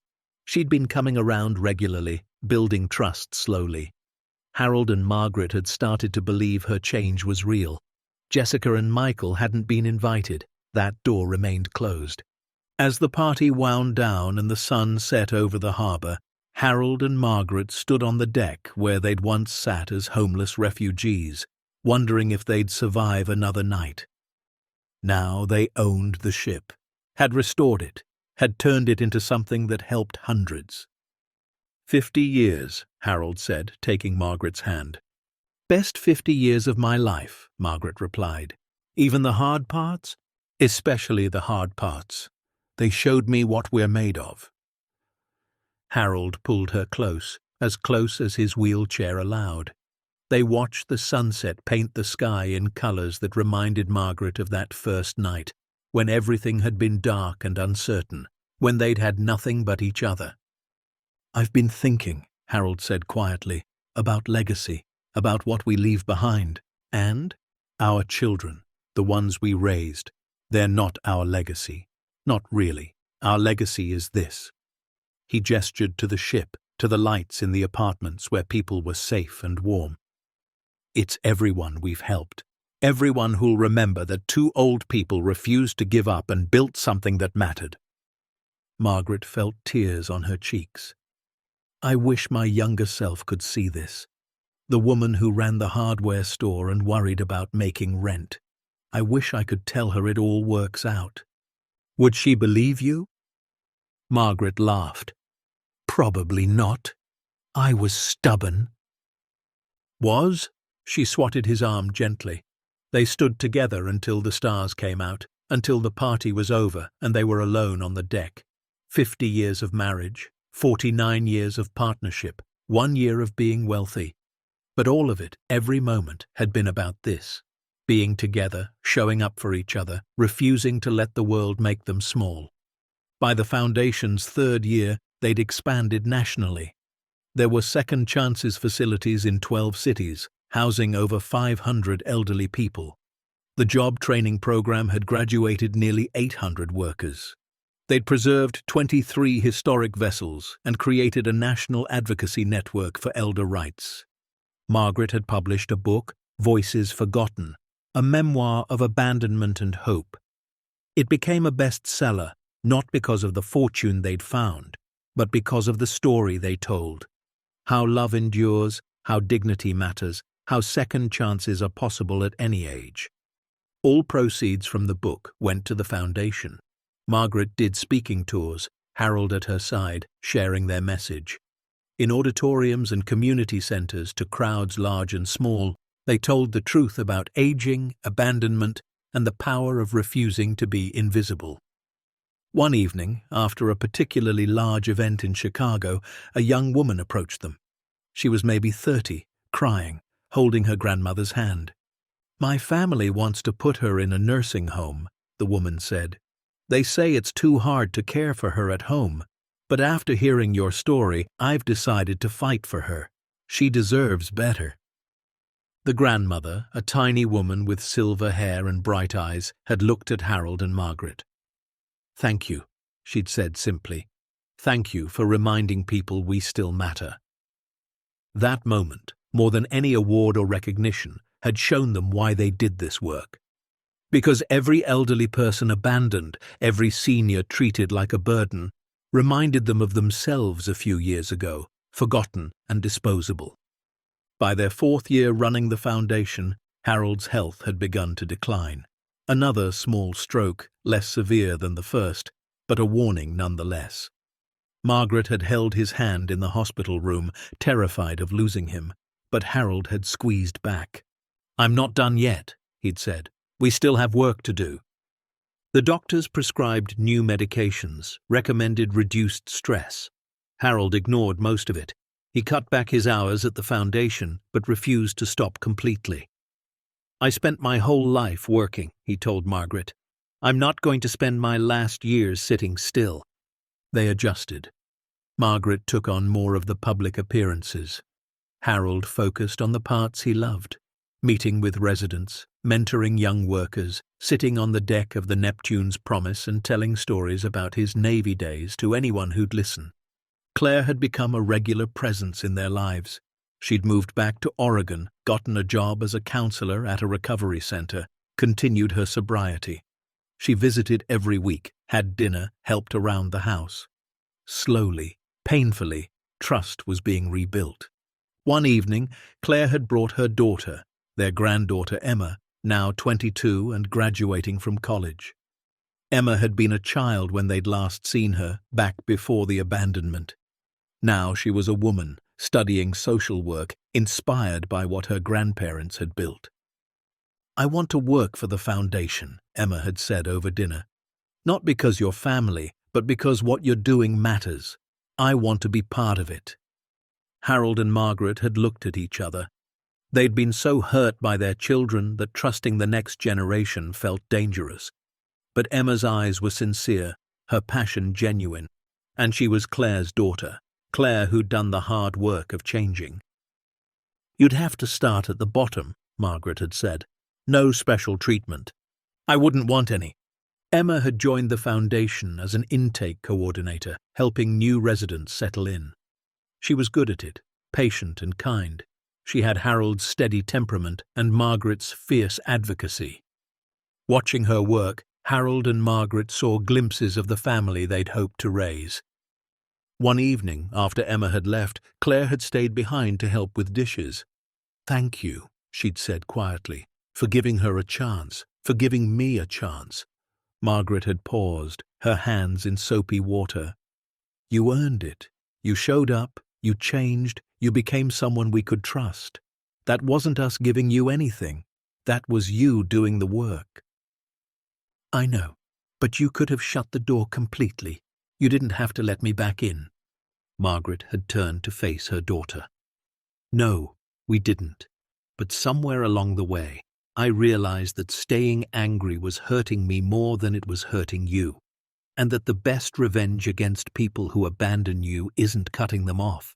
It's becoming so strong, so whole, that their absence doesn't define you anymore. Claire had hugged her mother then, both of them crying.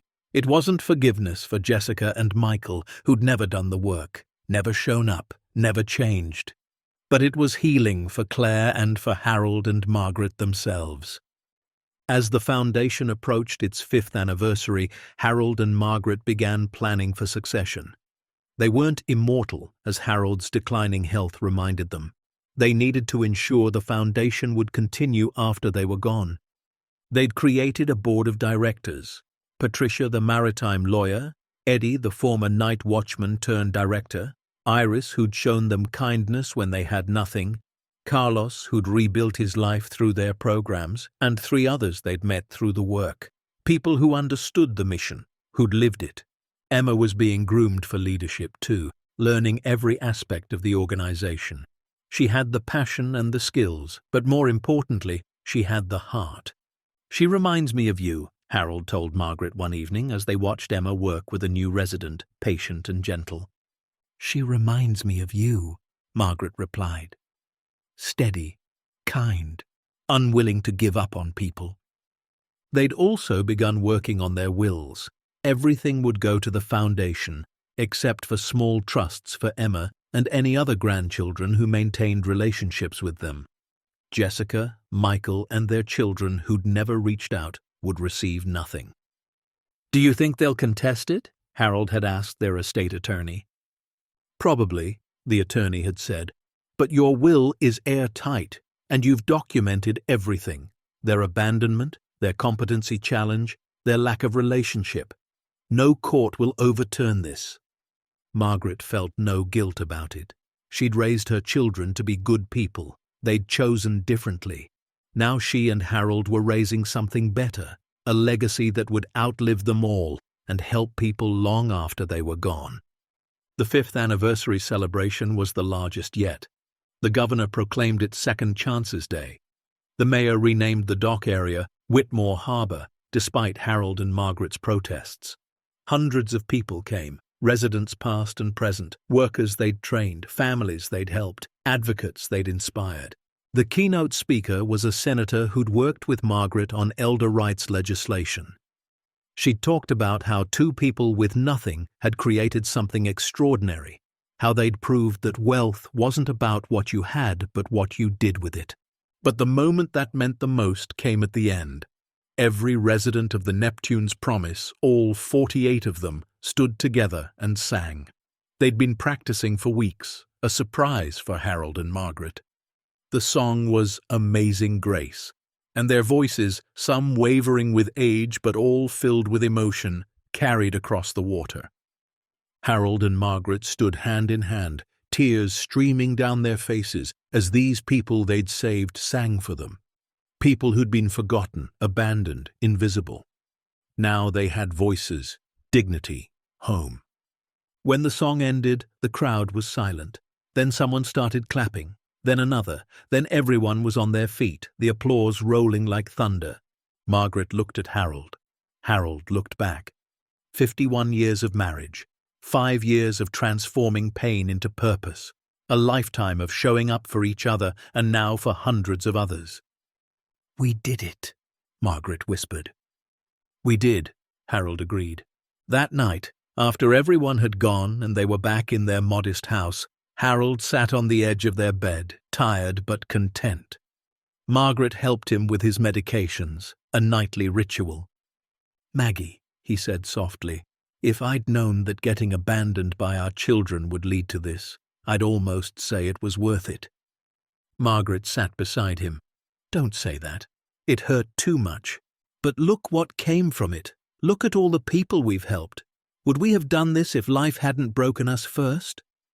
Margaret thought about it. Probably not. They'd been comfortable running their hardware store, raising their children, living a quiet life.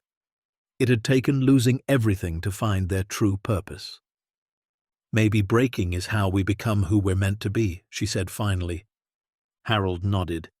"I think you're right." They got into bed, the same way they had for 51 years, Harold on the left, Margaret on the right. But now Margaret's head rested on Harold's good shoulder, his arm around her. "Do you remember that first night on the ship?" Harold asked. "When we squeezed into that narrow bed and wondered if we'd survive? I remember thinking we'd lost everything. We had, but we found each other again. We'd been so busy with the store, with raising kids, with life. We'd forgotten how to just be together. That ship, as terrible as it was, gave us that back." Margaret lifted her head to look at him. "You're right. We survived something terrible and came out stronger. More than stronger, better." They fell asleep holding each other, two people in their 70s who'd been discarded by the world but had refused to stay down. Two people who'd found a fortune and used it to lift others. Two people who'd proved that it's never too late for a second chance.